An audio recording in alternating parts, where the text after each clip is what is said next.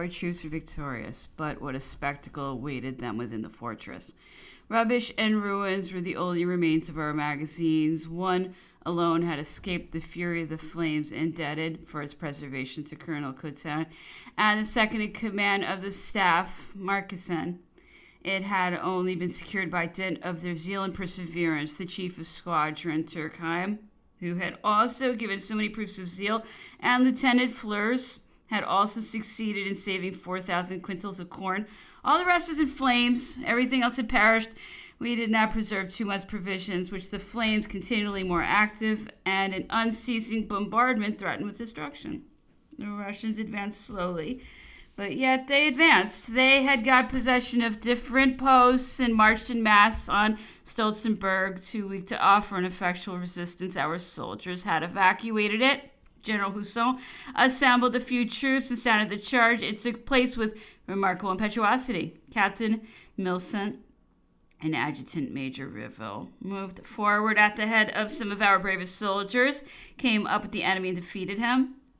Captain Cambur was preparing a more severe lesson for our assailants. He embarked in a dark night, deceived the vigilance of the fleet, and landed opposite to Bonsac.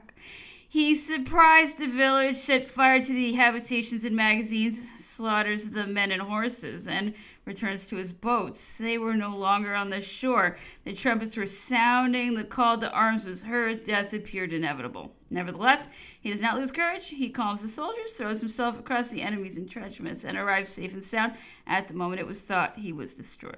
He soon begins another march and proceeds to Brozin. He falls unexpectedly on the troops which occupy it, defeats them, and does not retire till he has burnt their camp. Scarcely has he returned when he rushes upon a more perilous enterprise.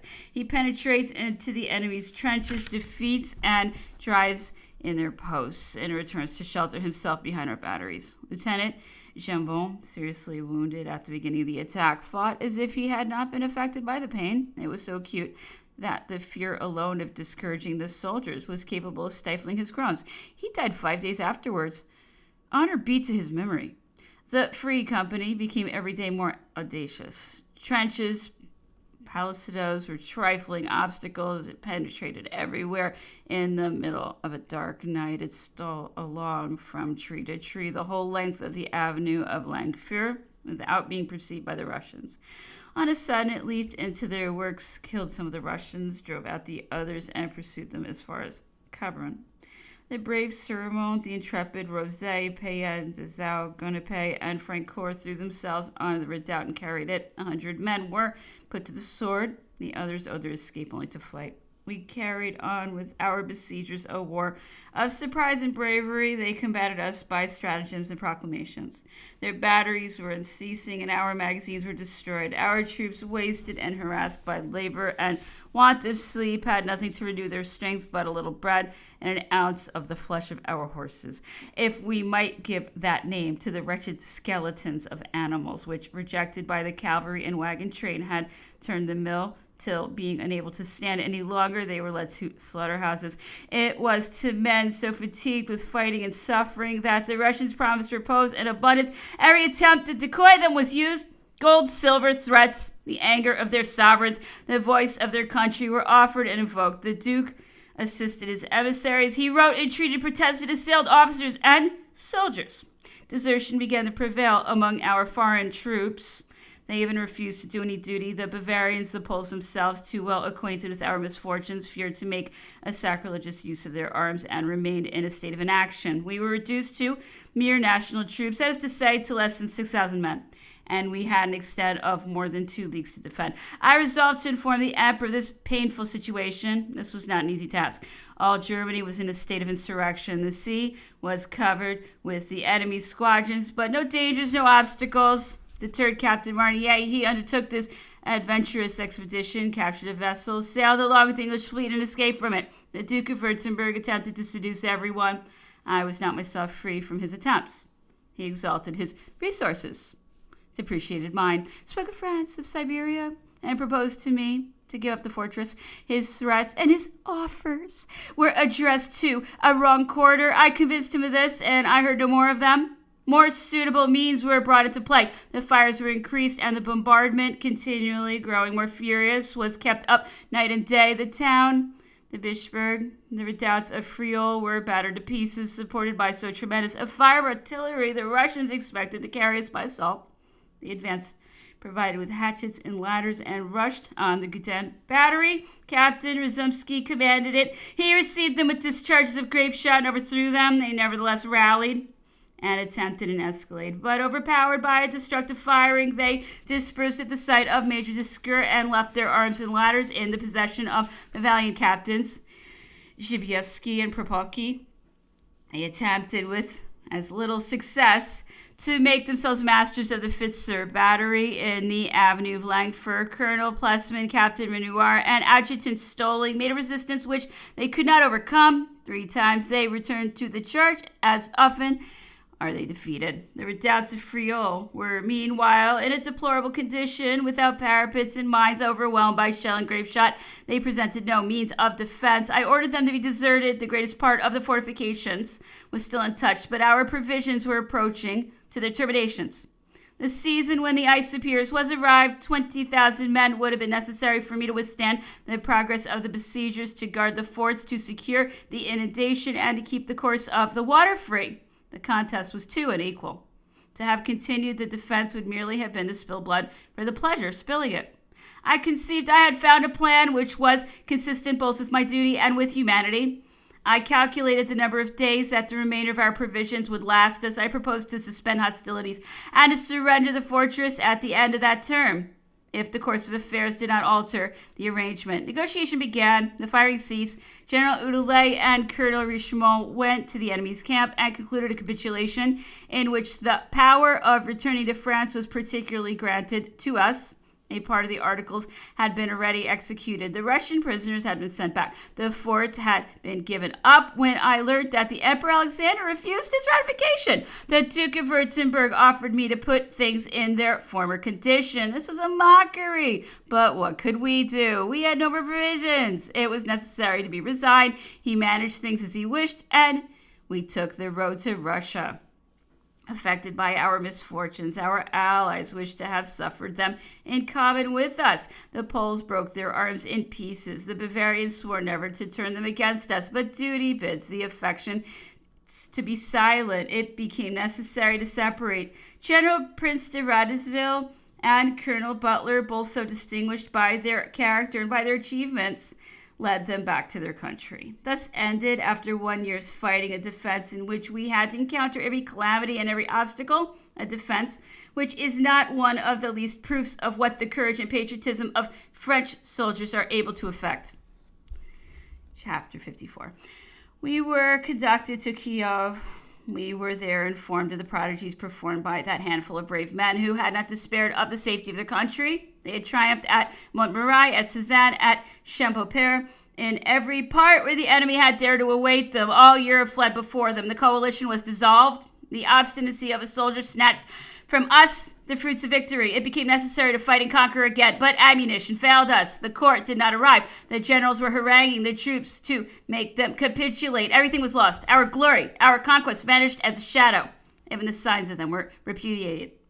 The end of the coalition was attained.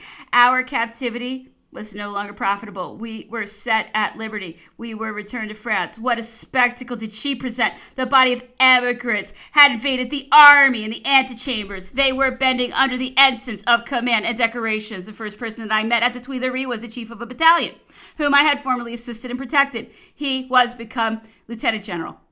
He did not know me again. Another, who was with me a long time at Danzig, had not a better memory. This last person I had received at the recommendation of the Duc de Cador. I had experienced his sickening adulations. He used to style me Monseigneur, Your Excellency. He would willingly have called me Eternal. In proportion as I told him how much these fooleries displeased me, he increased them. He even conceived the idea of attending at my levee. If it had depended on him, I must have conceived myself a sovereign. His malversations delivered me from this obstinate flatterer. They became so glaring that the government was on the point of proceeding against him. I saved this gentleman from the shame of punishment, but I made him retire. He went to exercise his industry at blank. He soon became acquainted with our reverses, was alarmed, took post, and never stopped till he was on this side of the Rhine. His fear had served him better than courage could have done.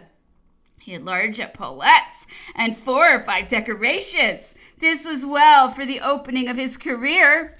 Promotion does not go on so quickly on the field of battle. He withdrew as soon as he saw me. Apparently his costume embarrassed him. I met a third who also did not feel quite at ease in my presence. Formerly attached to Josephine, he had given proof of a truly exquisite foresight. In order to be provided against all unforeseen cases which might occur in promenades and journeys, he had provided himself with a silver gilt vessel. When a circumstance required it, he drew it from his pocket, presented it, took it, emptied it, wiped it, and put it away with care. This showed the very instinct of domesticity. But all these worthies, so ardent for the treasury, for decorations and commands, soon showed the amount of their courage. Napoleon appeared. They were eclipsed. They had flocked to Louis XVIII to dispense her favors. But they had not a trigger to pull for Louis XVIII. In misfortune, we tried a few dispositions, but the people, the soldiers, had never been accomplices of the humiliations of France. They refused to fight against the colors that they adored. And the emperor peaceably resumed the reins of government. The generals Bertrand and Leroy wrote to me to come to the Tuileries. I returned to Paris. A new invitation was awaiting for me at the hotel. The Grand Marshal informed me that His Majesty wished to see me. I did not like to keep him waiting. I went just as I was, quite sure that Napoleon would know how to appreciate duty and affection. I was introduced immediately. Napoleon: you are there, Monsieur General Rapp? You have been much wanted. Whence do you come? Rapp: from Ecouen, where I have left my troops at the disposal of the Minister of War. Napoleon: did you really intend to fight against me? Rapp: yes, sire. Napoleon: the devil! Rapp: the determination was compulsory. Napoleon, in an animated tone: I was very well aware that you were before me. If an engagement had taken place, I would have sought you out on the field of battle. I would have shown you the head of Medusa. Would you have dared fire at me?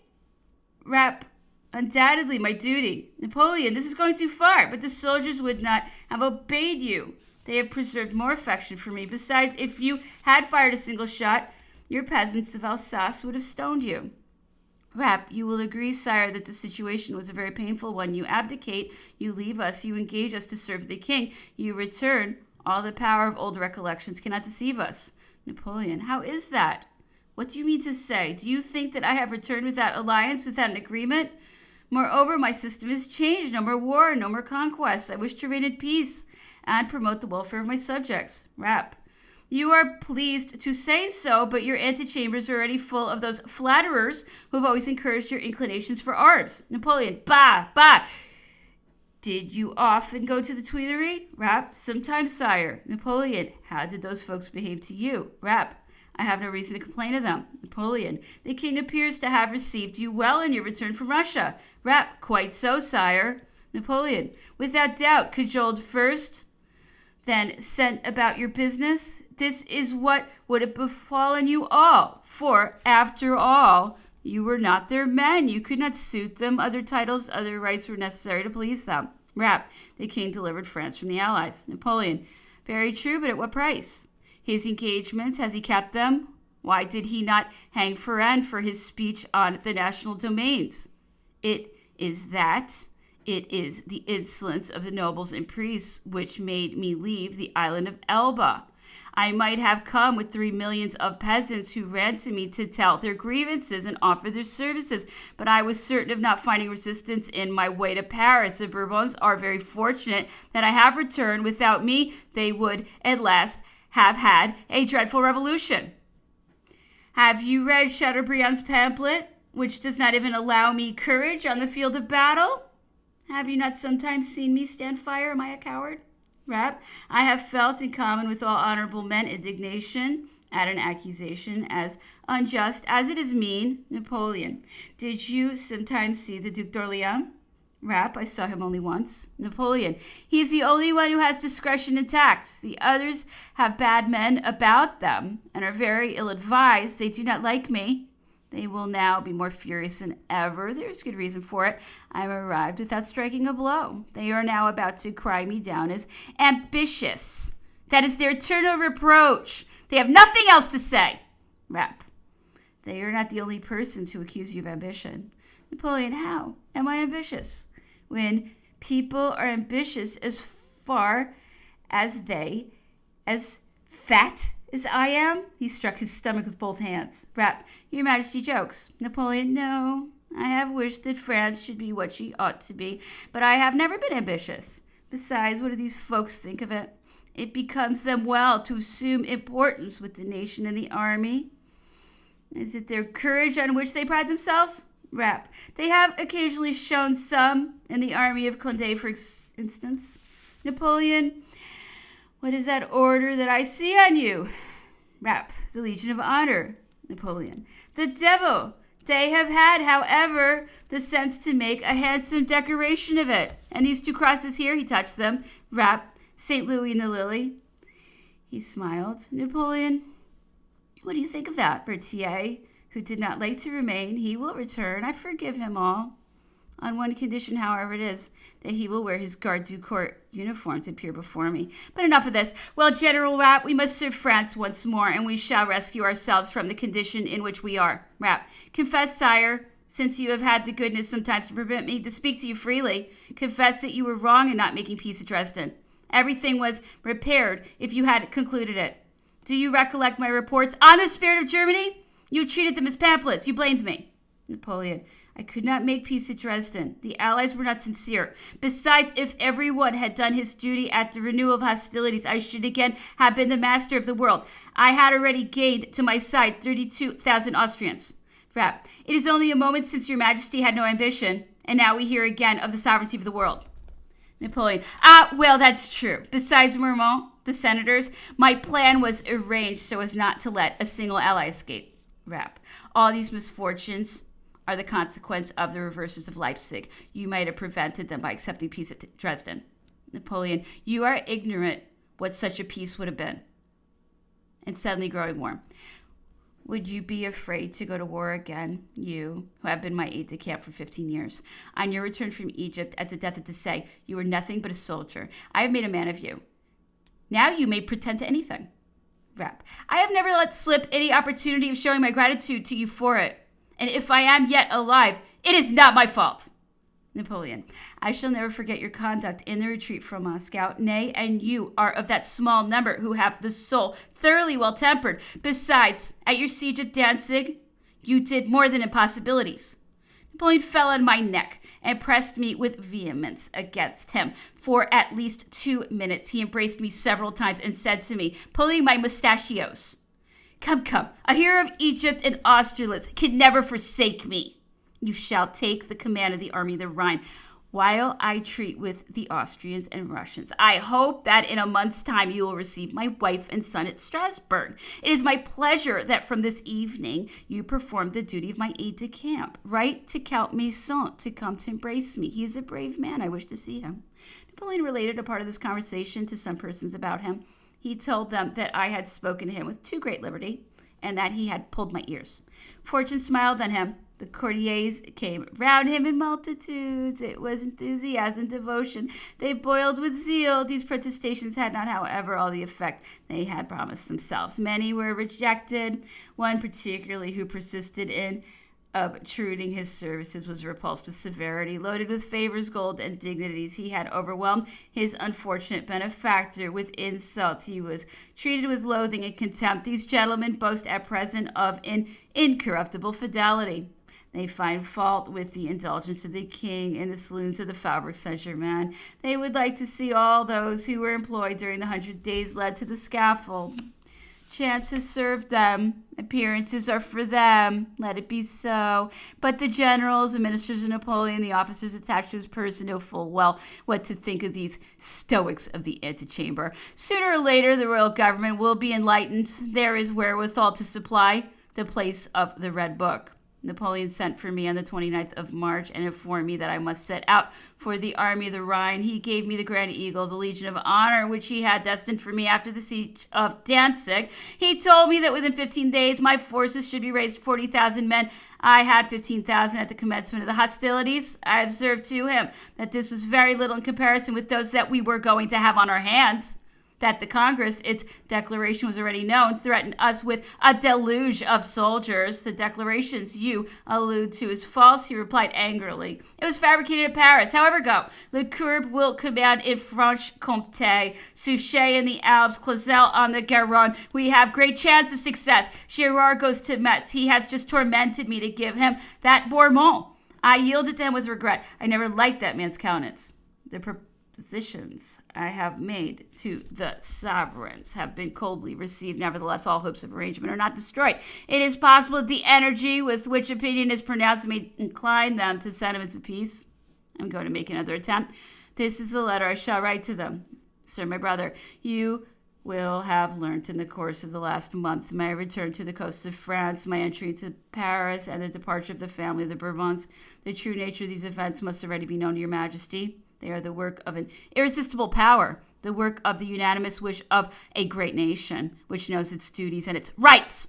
The dynasty which force restored to the French people was not made for them. The Bourbons have not consented to link themselves either to their opinions or their manners. France had a right to separate herself from them. Her voice called for a liberator. The hope which prompted me onto the greatest of sacrifices had been deceived. I came, and from the point at which I reached the shore, the love of my people was borne me even to the bosom of my capital. The first wish of my heart is to repay so much kindness by the maintenance of an honorable peace. The reestablishment of the imperial throne was necessary for the happiness of the French. My most earnest wish is to render it at the same time useful to the consolidation of the repose of Europe. Enough glory has shone by turns around the colors of different nations. The vicissitudes of fortune have often enough made great calamities follow great successes. A finer arena is open today to sovereigns, and I am the first to descend into it. After having presented to the world the spectacle of great combats, it will be more pleasant henceforth to know no other rivalry than that of the advantages of peace, and no other struggle than the holy contest whose people shall be most happy. France hastens to proclaim with frankness this noble end of her wishes, jealous of her own independence. The invariable principle of her policy will be the most unbounded respect for the independence of other nations, if happily such are, as I trust they are, the personal sentiments of your majesty. A general calm is secured for a long time, and justice seated on the confines of the different states. I will suffice alone to guard their frontiers. I am with esteem, etc.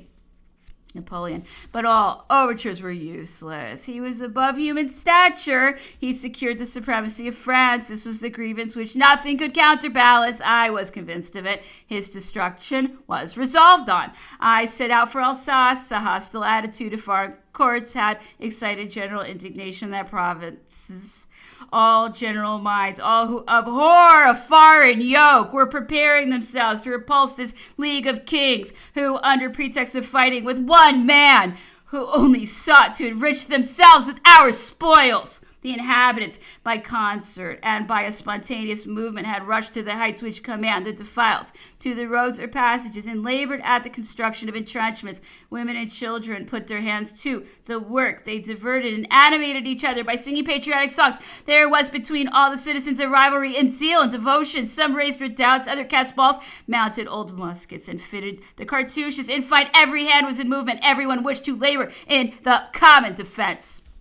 An affecting scene, and worthy of ancient times, took place at Mulhausen. When I arrived there, a ball was given. The most distinguished persons of the town were met. The assembly was brilliant and numerous. Towards the close of the evening, war and invasion of the territory were talked of. Everyone communicated his advice. Everyone told his hopes and his fears. The ladies were talking together and conversed on the dangers of their country, on A sudden, one of the youngest proposed to her companions that they should swear never to marry any Frenchman who had not defended the frontiers. Cries of joy, clapping of hands resounded from every part of the room. The looks of all present were directed towards the ladies. The rest of the company came up and crowded round them. I went with the throng. I applauded this generous proposal. I had the honor of administering the oath, which every one of the fair patriots came to receive at my hands. This trait recalls the marriage of the Samnites, but it has something perhaps still more admirable in it. That which was an institution among the people in question was with us the effect of a spontaneous resolution. With them, patriotism was in the law. With us, it was in the hearts of our fair countrywomen. Chapter 55. All this zeal, however, did not fill up my ranks. The time was passing away, and the recruits did not come in. The Allies formed themselves in corps on the left bank of the river. They could cross at any time. My situation has become very critical. I communicated to the Emperor the accounts of my number and situation. He could not conceal his surprise. So few men. Alsace, the patriotism of which is so ardent?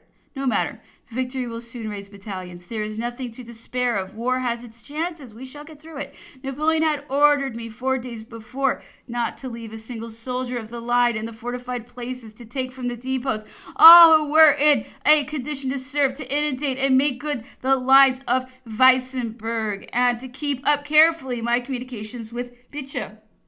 It was engaged in these measures, but he found that I did not proceed with sufficient celerity. He wrote me, Mr. General Rapp, I received your letter the 12th of May. I see by the statement you have annexed that the 18th Regiment of the Line, of which your army has 2 battalions, 1,200 men strong, can furnish you with the 3rd Battalion of 600 men. Order it to set off immediately from Strasbourg to join you. The 32nd can only supply a reinforcement of 200 men to your active battalions, which will raise them to 1,200 men. The 39th and 55th can furnish you their 3rd battalion. Order them to join you. The 58th can furnish you with 200 men to make its 2 battalions complete. The 103rd can complete its first 2 battalions to 1,200 men, and 104th the same. The 7th Light Regiment can furnish you with this 3rd battalion. In the same manner, the 10th Light Regiment. You can then, with a little activity, reinforce your infantry with 4,000 men. I am surprised that there has not been more voluntary enlistment in Alsace for these regiments. The 39th of the line is recruited in the Upper Rhine. That department ought at least to have furnished 2,000 veteran troops, which, divided between the 39th, 32nd, and 18th, ought to raise the 3rd and even the 4th battalions to their full numbers. The 10th Light, which is recruiting in Upper Saône, ought to receive many recruits. The 57th, which is recruiting in the Doubs, ought also to receive a great number. The 7th Light, the 58th, and the 104th, which recruit in the Lower Rhine, ought to be complete. Inform me for what reason all the men that you have at your depots are not immediately clothed, and do not fill up your ranks. Let me also know what men are announced for these regiments from the different departments. Do you expect that by the 1st of June your 3rd battalions will be complete, and that each regiment will amount to 1,800 men, which will make 7,000 men for each of your divisions? Are you satisfied with the generals of division and a brigade under your command? What will be the condition of the 2nd Chasseurs, the 7th and 19th Dragoons, all of which have their depots in your division by the 1st of June?